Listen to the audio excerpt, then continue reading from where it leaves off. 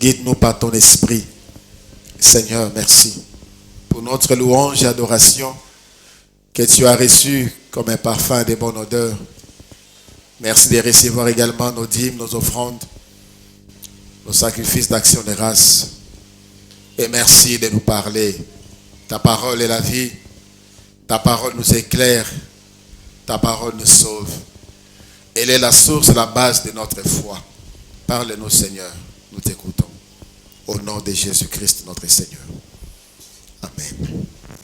Nous allons ouvrir nos Bibles dans Jonas, chapitre 1. Jonas, chapitre 1. Nous lirons du verset 1er jusqu'au verset 6e. Jonas, chapitre 1, 1 à 6. La Bible dit ce qui suit. La parole de l'Éternel fut adressée à Jonas, fils d'Amétaï, en ces mots. Lève-toi, va à Ninive, la grande ville, et crie contre elle, car sa méchanceté est montée jusqu'à moi. Et Jonas s'éleva pour s'enfuir à Tarsis, loin de la face de l'Éternel. Il descendit à Jaffo et il trouva un navire qui allait à Tarsis. Il paya le prix du transport et s'embarqua pour aller avec les passagers à Tarsis, loin de la face de l'Éternel. Mais l'Éternel fit souffler sur la mer un vent impétueux et il s'éleva sur la mer une grande tempête. Le navire menaçait de faire naufrage. Les mariniers eurent peur. Ils implorèrent chacun leur Dieu et ils jetèrent dans la mer les objets qui étaient sur le navire afin de les rendre plus légers. Jonas descendit au fond du navire, se coucha et s'endormit profondément. Le pilote s'approcha de lui et lui dit: pourquoi dors-tu? Lève-toi, invoque ton Dieu. Peut-être voudra-t-il penser à nous et nous ne périrons pas. C'est la parole du Seigneur.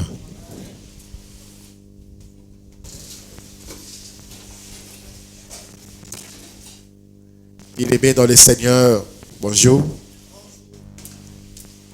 Que la paix du Seigneur soit dans vos cœurs. Alléluia. Dans la présence du Seigneur,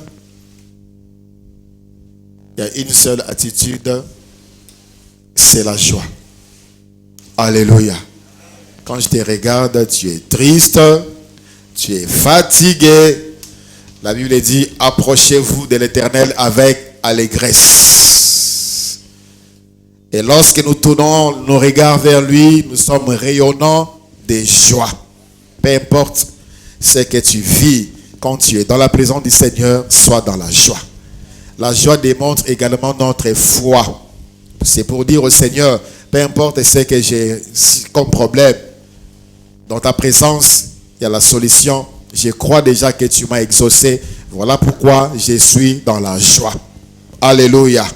Ne soyez pas froissés, ne soyez pas frustrés, ne soyez surtout pas timides dans la présence du Seigneur. Soyez dans la joie, que votre visage exprime que vous êtes dans la joie. Avant même que vos paroles n'arrivent au Seigneur, votre expression de visage dit déjà, Seigneur, je crois. Je crois que tu me touches ce matin. Je crois que tu me libères ce matin. Je crois que tu me guéris ce matin. Que la paix du Seigneur soit dans vos cœurs. Les récits que nous venons de lire, nous l'avons déjà lu et relu, écouté. Il y a beaucoup de prédications qui ont été dites, prêchées au travers de ces passages. Mais nous allons encore parler peut-être de la même chose qu'on a déjà eu à dire. La parole du Seigneur étant riche, certainement nous serons encore édifiés ce matin. Le Seigneur parle à un homme, Jonas, fils d'Amétaï, avec une mission précise et un message. La mission, c'est de se rendre à Ninive. Pas la petite, la Ninive, la grande ville. Pour dire à ce peuple, votre méchanceté est montée vers le Seigneur. Bientôt, il va détruire. Répentez-vous. La Bible dit, Jonas s'éleva. Comme pour exécuter la parole du Seigneur, il s'éleva pour fuir. Il a pris une autre direction, c'est vers Tarsis. Il a payé le prix du transport. Et il est entré dans un bateau où tout était calme. Au milieu des personnes paisibles, avec des grandes ambitions et des grands projets. C'était des commerçants, des voyageurs. Ils avaient beaucoup de marchandises au bord de ces bateaux. Et quand Jonas est arrivé, avec sa rébellion, dans sa désobéissance, il a porté la malédiction. Le Seigneur a envoyé un vent impétueux. L'eau commençait à entrer dans les navires. Et ça commençait à peser tellement que les mariniers ont eu peur. Ils ont commencé à jeter de leurs biens dans l'eau, dans la mer. Ils ont perdu. Il y a des ceux-là qui avaient perdu, tout perdu. Leurs fonds de capital, leurs fonds de commerce, tout était jeté dans l'eau. Tout. Il y avait danger. Il y avait panique dans les navires. Mais il y avait une seule personne, Jonas, qui était tranquille. La Bible dit, il est descendu au fond du bateau, il se coucha, il s'endormit et il s'endormit profondément. Comme si de rien n'était. Comme si le climat était beau, tout allait très bien. Lui, il s'endort. Le thème que nous voulons partager ce matin est intitulé « Pourquoi dors-tu » Pourquoi dors-tu? Le sommeil, ça s'exprime parfois. Il s'agit du sommeil physique. On voit la somnolence, on voit les yeux apaisantis. Mais il y a des personnes dans un état de profond sommeil qui ne laissent aucune trace. Bien-aimés dans le Seigneur, vu tout ce que j'ai vu comme expérience en tant que votre pasteur, il y a sommeil. Au milieu de vous, il y a sommeil. Gens qui viennent partager leurs problèmes. Mais quand je vois leur conduite, quand je vois leur manière de traiter leurs propres problèmes, c'est comme Jonas. C'est comme s'il n'y avait rien du tout. Ce sont des gens qui laissent, qui sont dans les navires, qui veulent couler. Il y a des gens qui sont en train de perdre. Lui, il est calme. Le sommeil se manifeste par l'indifférence, l'inconscience face à ses propres problèmes. Ce n'est pas les problèmes des autres. Les problèmes des autres, ça ne nous intéresse pas trop. En tant que chrétien, on a un cœur d'amour, on s'intéresse, ça nous fait mal. Mais si nous sommes indifférents devant nos propres problèmes, problème na yo moko qui bangote, problème na yo moko tu es inconscient du danger, des conséquences, là tu es dans le sommeil. Il y a de ceux-là qui attendent à ce qu'on vienne les réveiller, comme Jonas. Est-ce qu'au fond là-bas, il n'y avait pas mouvement? Ils n'attendaient pas les cris de panique. Les gens qui étaient au-dessus, qui criaient. Jette ceci, fais ceci, c'est là. Il entendait. Quand il est descendu au fond du calme du navire, il a entendu, il s'en fout. Il est descendu, il a commencé à chercher le sommeil. Ti pongi eye, il entendait, il s'en fout. Jusqu'à ce que pongi a makasi et zuye, il s'en fout. Il est totalement indifférent. Nakufa na ngai kaka. D'ailleurs, nga nazamuta liboso te ya kolongwa musala. D'ailleurs, nga nazamuta liboso te libale beba. D'ailleurs, nga nazamuta liboso te ya koéchouer 3 fois, 4 fois, 5 fois. D'ailleurs, il se console par les échecs qui l'enveloppent, qui l'environnent. Il est content parce que dans sa famille, c'est la même chose. Sa maman a échoué dans son mariage, son arrière-grand-mère a échoué dans son mariage. D'ailleurs, ils ont ma famille. D'ailleurs, ils ont estomac à famille, tension à famille. Il est conscient de sa maladie, il est conscient de sa souffrance, mais il tort. Mais surtout quand on sait que nous sommes des enfants de Dieu et que la solution est auprès du Seigneur et on ne s'approche pas du Seigneur pour ses problèmes, on dort. Et on est venu les réveiller. Jonas, qu'est-ce qui se passe? Est-ce que tu ne vois pas que nous sommes en danger? Tu ne te sens pas en danger, Jonas? Réveille-toi, lève-toi, prie ton Dieu. Bien-aimé dans le Seigneur, seul l'Éternel est Dieu. La Bible dit, ces gens-là, chacun a prié son Dieu, mais il n'y avait pas de solution. Chacun avait prié son Dieu, il n'y avait pas de solution. La solution n'est qu'en Jésus-Christ. Ils ont jeté les marchandises pour alléger les navires. Il n'y avait pas la solution. Il y a des choses qu'on a jetées alors que la solution est ailleurs. C'est Dieu qui donne la solution. Alors réveille-toi. Réveille-toi. Il y a de ceux-là qui se réveillent trop tard. Pendant qu'on a tout perdu. Pendant qu'il n'y a plus de temps. Aucun moyen de récupération. C'est à ce moment-là que lui se réveille. Comme les disciples de Jésus. Paul, plutôt Pierre, Jean et Jacques. Dans le livre de Matthieu, chapitre 26, le Seigneur les a appelés. Venez prier avec moi. La chair est faible, l'esprit est bien disposé. Priez, veillez, afin de ne pas tomber en tentation. Matthieu 26, 37 à 45. Ils sont partis, ils ont accompagné le Seigneur comme des vaillants hommes. Arrivés là-bas, le Seigneur les laisse, il fait juste une petite distance pour se concentrer. Le Seigneur a prié, après 1 heure du temps, il rentre. Il les trouve endormis. Il les réveille. Réveillez-vous. Priez. La chair est faible. L'esprit est bien disposé. Priez afin de ne pas tomber en tentation. Il est rentré. Le Seigneur est revenu pour la 3e fois. Même réaction. Après, il leur dit, maintenant, vous pouvez dormir. Levez-vous, on va partir. Et soudain, Judas est arrivé avec l'armée pour arrêter les seigneurs. Pierre a sorti son épée, son couteau. Il a frappé les serviteurs du souverain sacrificateur à l'oreille à quartier du toit. Le Seigneur dit non, non.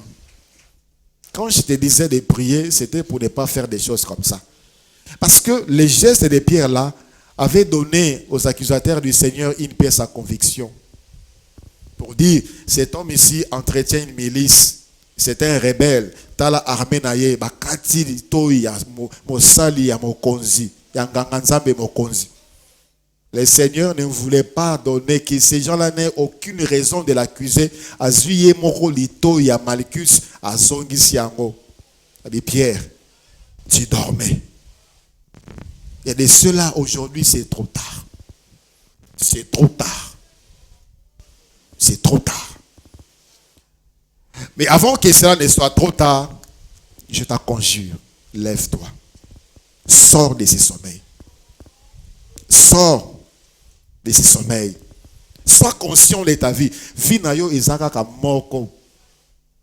Tu n'as qu'une seule vie.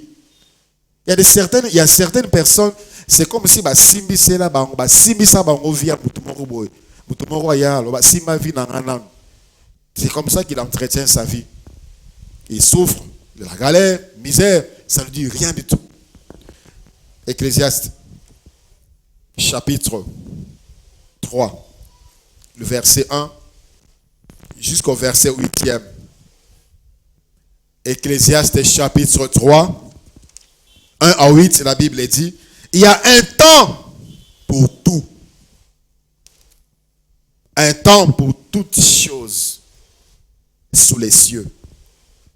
Il y a un temps pour naître Il y a des ceux-là qui se comportent encore comme des bébés jusqu'à aujourd'hui. On doit décider à sa place. On doit faire à sa place. On doit s'élever à sa place. On doit prier à sa place pour lui. Il croit que les pasteurs, c'est la solution à ses problèmes. Moi, je suis berger. Le berger, c'est de montrer la voie. De conduire vers le vert pâturage. Donner de la bonne nourriture aux brebis. Le berger n'est pas là pour ouvrir la bouche du brebis et nous mettre de la nourriture dedans. La nourriture est là, mange. La foi est là, vas-y. Pasteur, voilà les problèmes que j'ai. D'accord, mon frère? Voilà comment est-ce que tu dois procéder. Fais ça, fais ça, fais ça. Et la personne ne fait rien du tout. C'est comme un bébé. Il est encore dans les temps là de naître. On doit faire tout pour lui. Vient le mercredi, vient le jeudi, il ne vient pas. J'ai reçu plusieurs personnes qui sont sorties de mon bureau déçues. Déçues. Parce que pour eux, je devais faire comme Naaman attendait des prophètes Élisée. Il faut s'élever. Mon frère, lève-toi. Mets-toi à genoux, je veux lui imposer les mains, je parle un peu en langue, et puis je fais des déclarations, et puis je chasse les esprits, et puis la personne tombe. Quand il tombe, il est content. Quand je dis frère, cherche Dieu, prends 2 jours de prière, prends 3 jours de prière, voilà telle attitude, viens suivre les études bibliques par rapport à ton problème. Nous sommes en train de traiter ces cas. Viens apprendre. Et tu sauras comment combattre, comment faire face à ton problème. Il ne vient pas. Il est là seulement le dimanche. Il y a un temps pour tout. Il y a un temps où tu étais encore bébé. Maintenant, ce temps-là est révolu. Tu dois grandir. Un bébé ne se lève pas de lui-même. Même pour se laver, on doit les prendre. Ce temps-là est révolu. Il est temps de t'élever. Il y a un temps pour tout sous les cieux. Un temps pour naître, un temps pour mourir. Ce n'est pas le temps de mourir maintenant, frère. Ce n'est pourquoi tu veux mourir. Il y a confusion des temps aujourd'hui. Il y a confusion. Et c'est là qui appelle la mort alors qu'il a encore des choses à faire avec Dieu. Parce que pas celui qui, trop de problèmes, il appelle la mort. Élie, tue-moi. Je suis fatigué. Le Seigneur dit, sois gâteau, Lia. Il a marché pendant 40 jours, 40 nuits. Tu n'as pas besoin de la mort. Le temps de la mort, ce n'est pas encore pour toi. Tu dois vivre. Tu dois jouir des bonheurs. Tu dois accomplir les projets que Dieu a tracés pour toi. Et ça, ce n'est pas le temps de mourir. Je suis fatigué. Les problèmes ne changent pas. Non. Quand il y a un problème, lève-toi de ton sommeil. Ce n'est pas le temps de mourir. Tu dois vivre. Tu dois vivre. Alléluia. Il y a un temps pour planter, il y a un temps pour arracher. Pendant que on plante, plusieurs sont en train d'arracher. Pendant qu'on doit s'aimer, plusieurs sont en train de manger. Et ceux qui sont en train de manger, c'est la sémence. Et demain, ils vont pleurer la sécheresse, la pauvreté, la famine. Confusion des temps.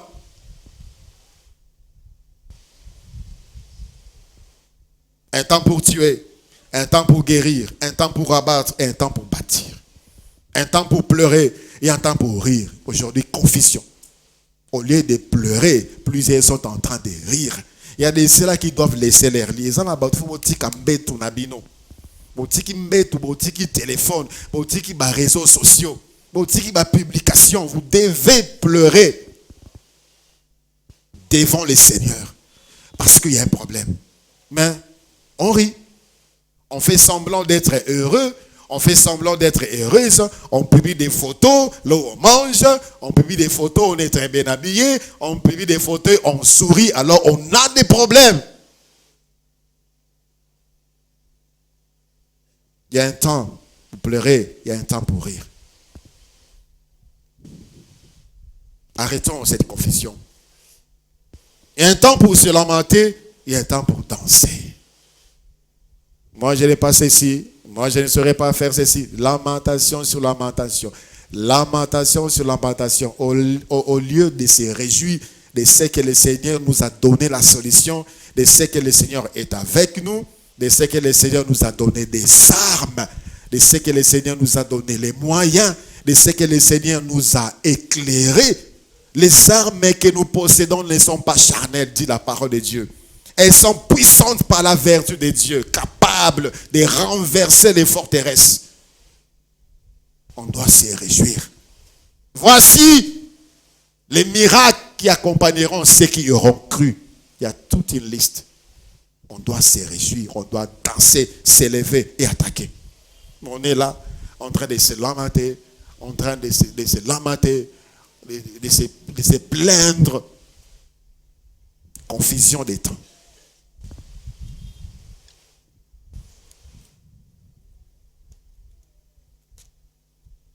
Un temps pour lancer des pierres, un temps pour ramasser des pierres. Ceux qui n'ont pas été zaïés, ceux qui viennent en rêve zaïés, c'est parce que mes parents ne m'ont pas payé des frais, parce que mon mari ne s'occupe pas de moi, parce que ma femme est ici, parce que mes enfants sont ici. On lance toujours des pierres. On lance confusion. Le même cas que toi tu as, il y a de ceux-là qui ont ramassé les pierres, ils ont fait un escalier, ils sont montés. Il y a un temps pour embrasser, il y a un temps pour s'éloigner des embrassements, un temps pour chercher, un temps pour perdre, un temps pour garder, un temps pour jeter. Il y a des choses qu'on doit s'en débarrasser. Culpabilité, la haine, ces poids inutiles que nous transportons et emportons avec nous. Et temps de jeter. Un temps pour aimer et un temps pour haïr. Il y a des choses que tu as aimées. Il est temps de les haïr, de les détester. Je dis bien des choses. Les désirs, les plaisirs, les sensuels, les émotions, les sorties inutiles, les futilités. Tu dois détester parce qu'il y a des problèmes dans ta vie. Parce qu'il est temps pour toi de t'élever. Tu n'as plus le temps de te distraire. Tu n'as plus le temps d'aimer ces choses-là qui t'apportent rien du tout. Mais tu t'accroches. Il y a un temps pour la guerre. Il y a un temps pour la paix. Alléluia. Il y a un temps pour la guerre. Il y a un temps pour la paix.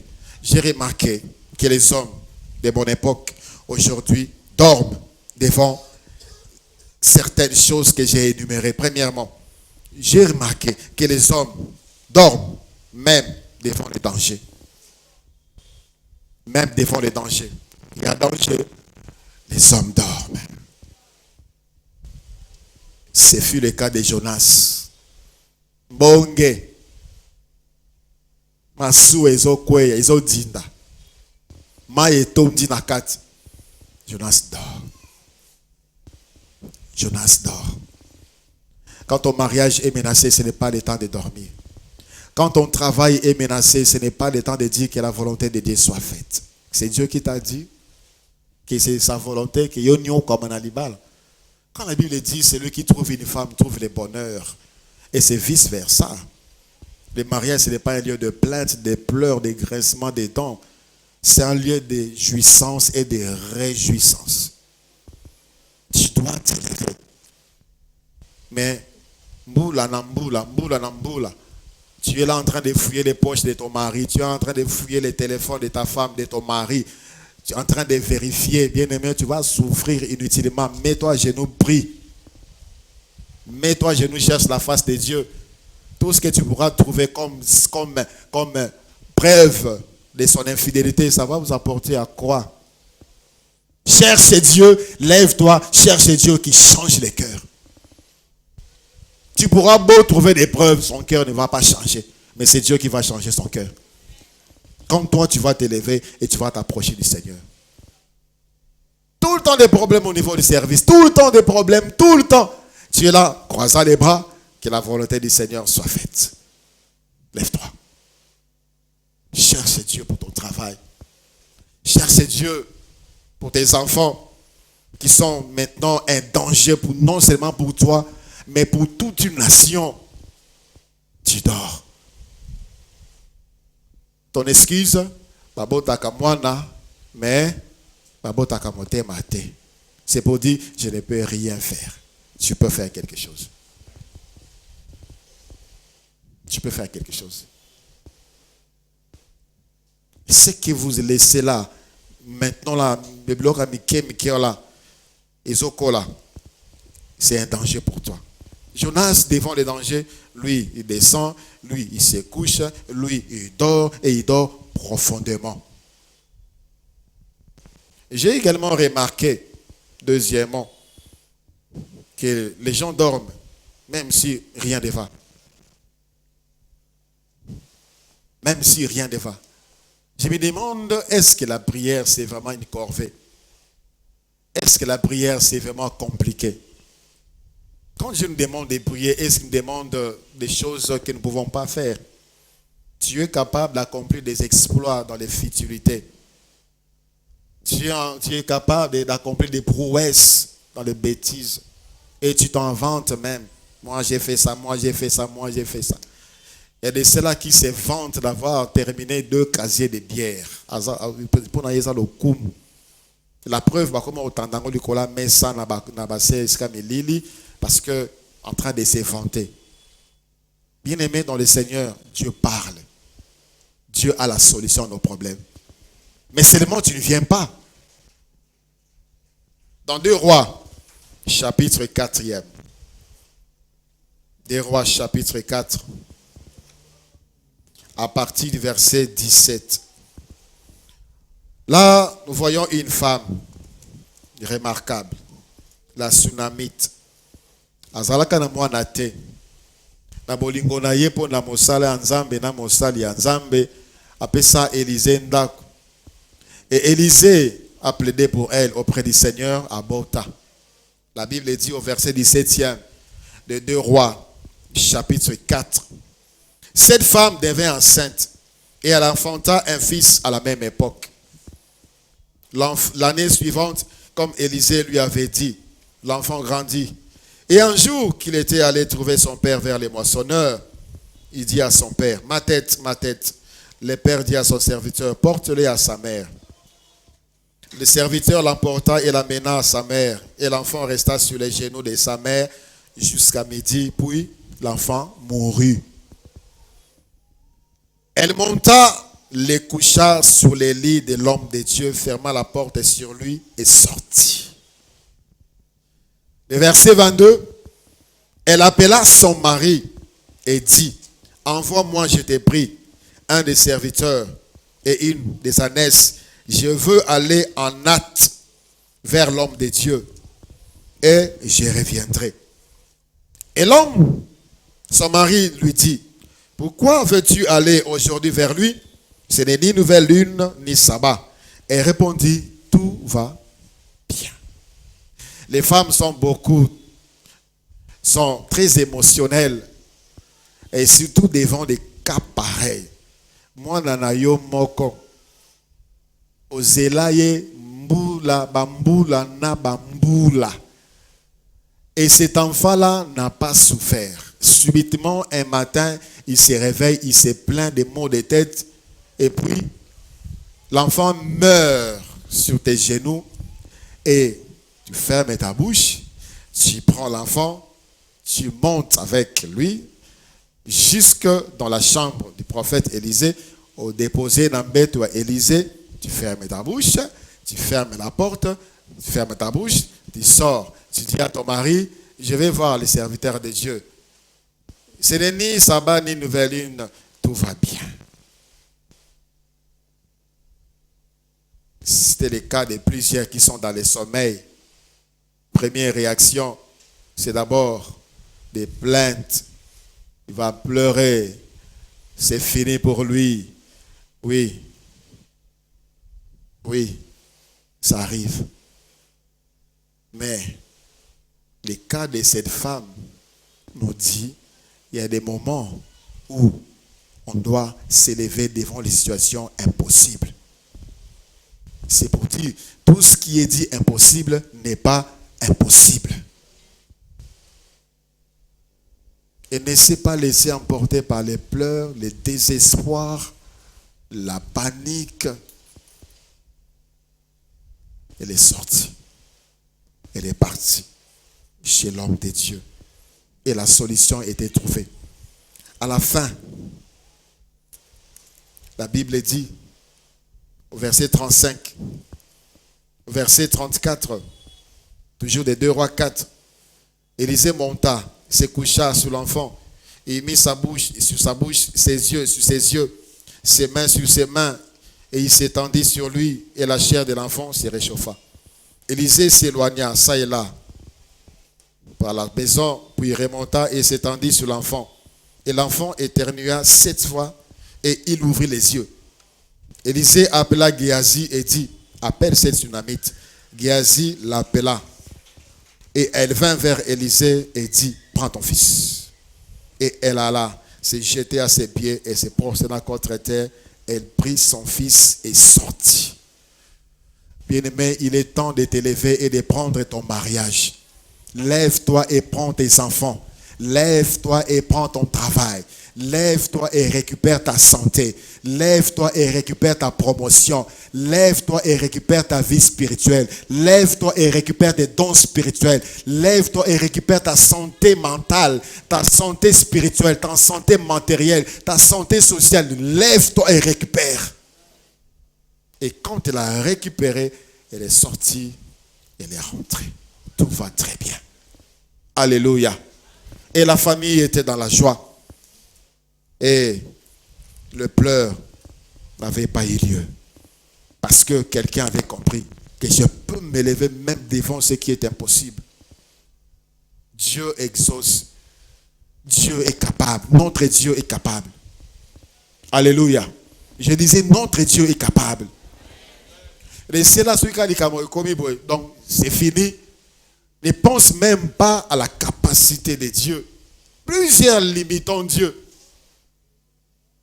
Et ça nous amène à dormir. Troisièmement, j'ai remarqué également que les gens dorment même quand ils échouent. Oui, l'échec, ça fait partie de la pédagogie de Dieu. Quand on échoue, on apprend encore davantage. L'échec n'est pas une fatalité. Mais si toi, ta vie est caractérisée par l'échec, éducation de tes enfants, tu as échoué. Dans ton mariage, tu as échoué. Tous tes projets, tu as échoué. Dans tes études, tu as échoué. Dans ton travail, tu as échoué. Si ta vie est caractérisée par ça et que tu continues à dire que la volonté de Dieu s'efface et que tu continues à dire qu'un jour Dieu va se souvenir de moi, tu es dans un profond sommeil. Josué, chapitre 7.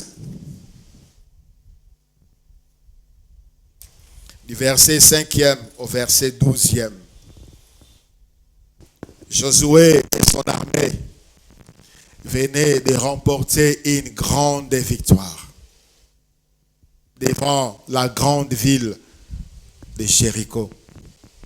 Et arrivés devant la toute petite ville d'Aï, ils ont échoué. Et Josué dit non. Il s'est levé. Verset 5e de Josué 7. Les gens d'Aï leur tuèrent environ 36 hommes. Ils les poursuivirent depuis la porte jusqu'à Bacherum. Et les battirent à la descente. Le peuple fut consterné et perdit courage.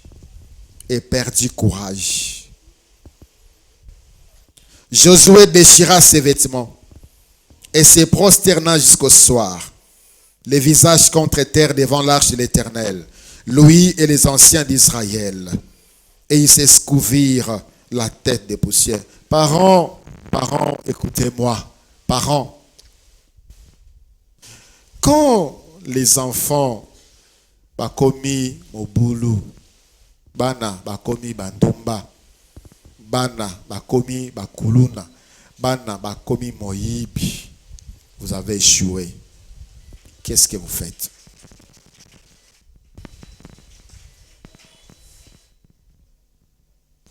Vous allez dire, babota kamwana, babota kamote mate.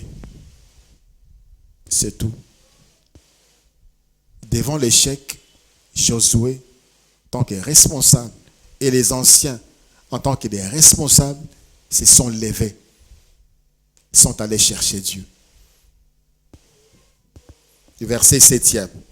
Josué dit, ah, Seigneur éternel, pourquoi as-tu fait passer les Jourdains à ces peuples pour nous livrer entre les mains des Amoréens et nous faire périr? Oh, si nous étions restés de l'autre côté du Jourdain, de grâce, Seigneur, que dirais-je, après qu'Israël a tourné les dos devant ses ennemis, les Cananéens et tous les habitants du pays la prendront. Ils nous envelopperont et ils feront disparaître notre nom de la terre. Et que feras-tu pour ton grand nom? L'Éternel dit à Josué, lève-toi. Pourquoi restes-tu ainsi couché sur ton visage? Israël a péché. Ils ont transgressé mon alliance que je leur ai prescrite. Ils ont pris des choses dévouées par interdit. Ils les ont dérobées et ont dissimulé. Et ils les ont cachées parmi leurs bagages. Aussi, les enfants d'Israël ne peuvent-ils résister à leurs ennemis? Ils tourneront le dos devant leurs ennemis, car ils sont sous l'interdit. Je ne serai plus avec vous si vous ne détruisez pas l'interdit du milieu de vous. Une fois de plus, bien-aimés dans le Seigneur, Dieu parle. Alléluia. Dieu parle. Josué se pose la question, mais comment c'est possible? Dieu a donné la raison. C'est parce que Israël a péché. Ils ont pris les choses dévouées par interdit. Ils les ont dissimulées dans leur bagage. Et le Seigneur a donné la piste des solutions. Je ne serai plus avec vous. Ôtez, enlevez cet interdit du milieu de vous et je reviendrai au milieu de vous. J'ai reçu quelqu'un qui avait des problèmes. On a parlé. Je lui ai dit, tu vas faire ça, ça, ça. Elle me dit, pasteur, vous croyez vraiment quand je vais prier, Dieu va m'exaucer?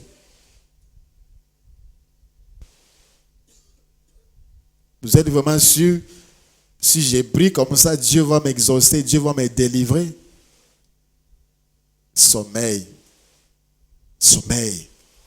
Comme Paul pouvait dire aux Galates, qui vous a envoûté? Qui vous fait croire que votre prière ne passe pas? Qui vous fait croire que seuls les pasteurs ont ce monopole-là de parler avec Dieu? Qui vous a fait croire à cette bêtise? Pourquoi l'Église se méprise jusqu'à ce point? Il a parlé, Dieu l'a exaucé. Pas parce qu'il était Josué, parce qu'il était peuple de Dieu. Dieu parle. Dieu a donné la solution. Bien-aimés dans le Seigneur, la Bible dit, avec le Seigneur Jésus-Christ, c'est des gloires en échec sur échec, échec sur échec, échec sur échec. Non, tu dois t'élever. Tu dois t'élever. Tu dois avancer. Aller vers le Seigneur. C'est lui qui a la solution à nos problèmes. Tu dois chercher Dieu. Tu dois chercher la face de Dieu. Et tu dois remporter la victoire. Sortons de ces sommeils. Ne soyons pas indifférents. Ne soyons pas inconscients. Nous avons des problèmes. Nous avons des problèmes. Dans nos familles, il y a des problèmes. Nos enfants ont des problèmes. Subitement, moi, je suis allé dans la classe. Dans ta tête, la solution, c'est de donner des requêtes à l'intercession, d'amener l'enfant chez les pasteurs pour que les pasteurs prient pour lui. Toi, tu fais quoi? Qu'est-ce que tu fais? Tu dors. Jusqu'à ce que via mon bébé, inutile dans la société, un fardeau pour toi. Il est temps de s'élever. Les problèmes que tu as, toi personnellement, tu les sais. Les problèmes de ta maison, tu les sais. Depuis que oyeba makambuana osala nini. Depuis que tu as entendu, depuis que tu as vu, depuis que tu vis ces choses, qu'est-ce que tu as fait? Qu'est-ce que tu as fait? Confusion des temps. Ce n'est plus le temps de se lamenter, ce n'est plus le temps de dormir, ce n'est plus le temps de jeter des pierres. C'est lui, c'est à cause de lui, c'est à cause d'elle. Ce n'est plus le temps là. Il est temps de s'élever et d'avancer vers le Seigneur et de remporter la victoire et de rire. Ce n'est pas le temps de mourir. Tu dois vivre. Tu dois accomplir le but pour lequel Dieu t'a créé. Tu dois sourire. Tu dois impacter ta génération. On doit parler de Dieu au travers de ce qu'il va faire en toi et avec toi. Tu dois accomplir ta destinée. Tu dois vivre ta destinée. Et Dieu doit témoigner de toi. Ce n'est pas le temps de chercher la mort. Lève-toi. Nous allons prier le Seigneur. Bien-aimés dans le Seigneur, ne cherchez pas la recommandation des hommes. C'est Dieu, s'il veut nous recommander, il amène les hommes vers nous. Il met les hommes sur notre route. Oh, je n'ai personne pour me recommander. Lève-toi, cherche du travail. Lève-toi, sors, marche. Le Seigneur marchera devant toi et il te conduira là où il veut pour toi.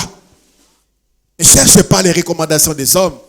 Ne compte sur aucune aide humaine venant de ton cœur. Laisse Dieu t'orienter. Laisse Dieu amener les gens pour t'aider.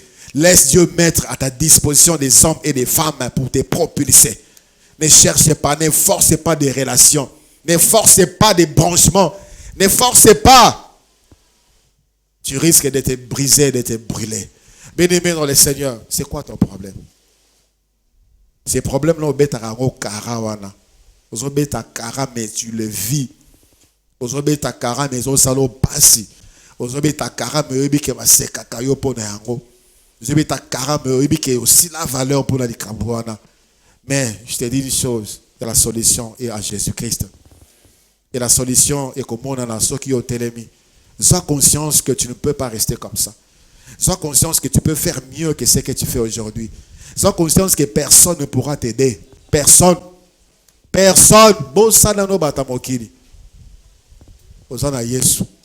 Bosana Yesu. Prie pour ta vie. Je ne sais comment t'orienter, te guider en ces moments, mais je sais que tu as entendu quelque chose. Prie pour ta vie.